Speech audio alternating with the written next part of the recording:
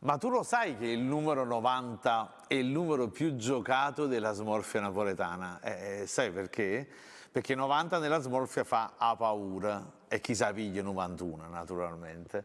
E soprattutto perché a Napoli i sogni diventano numeri e i numeri diventano terni al bancolotto e nei sogni si materializzano tutte le nostre paure inconsce. Ecco perché 90 è il numero più giocato al bancolotto. Insomma, oggi parleremo di paura nella lingua napoletana.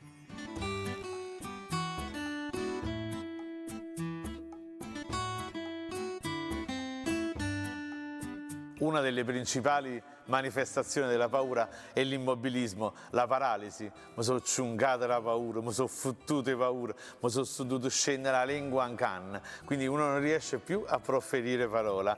O le cosce si paralizzano, oppure l'altra manifestazione cominciano a tremare, mi ha voluto tremuriccia la paura, i cosci hanno fatto Giacomo Giacomo. Ecco, un'altra delle manifestazioni pure di paura molto diffusa è ovviamente la cacca, mi sono cacato sotto la paura, mi è venuta la cacarella per paura, mi sono cagato sotto, da cui la parola appunto caca sotto, che è appunto riferita soprattutto all'uomo che si mette sempre, continuamente paura. La paura fa accapponare la pelle, in napoletano l'espressione è so azzelliate e carne, fantastico, veramente una lingua straordinaria. La paura fa fare i vermi, ha già fatto i vermi la paura, ha già fatto una varmanara, ha già fatto la trezza dei vermi, e la lingua poi è sempre molto espressiva.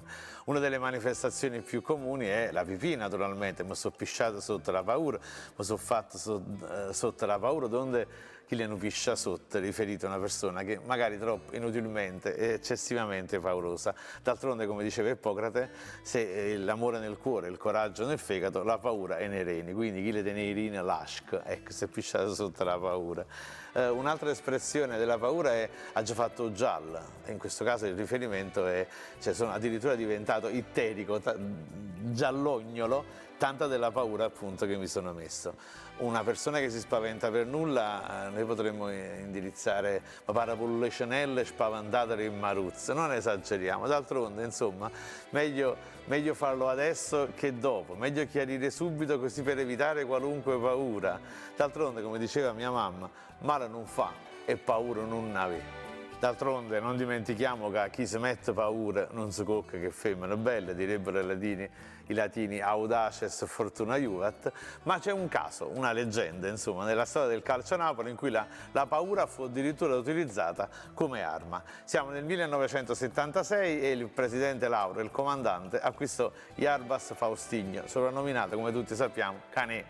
Insomma, e sapete perché la leggenda pure che lui lo scelse? Che guardando le foto vide che teneva una faccia brutta brutta, una faccia che faceva paura e disse no, e chi si fa la caca sotto a tutti gli avversari? La paura utilizzata come un'arma. In realtà è solo una leggenda, perché Canè poi è rimasto a vivere a Napoli, è una persona interessantissima, bellissima, che ancora oggi non è difficile incontrare in città, e ovviamente quando parliamo di Canè non posso che concludere il nostro video con Didi, Vavà e Pelé, Sita Waller e Canè.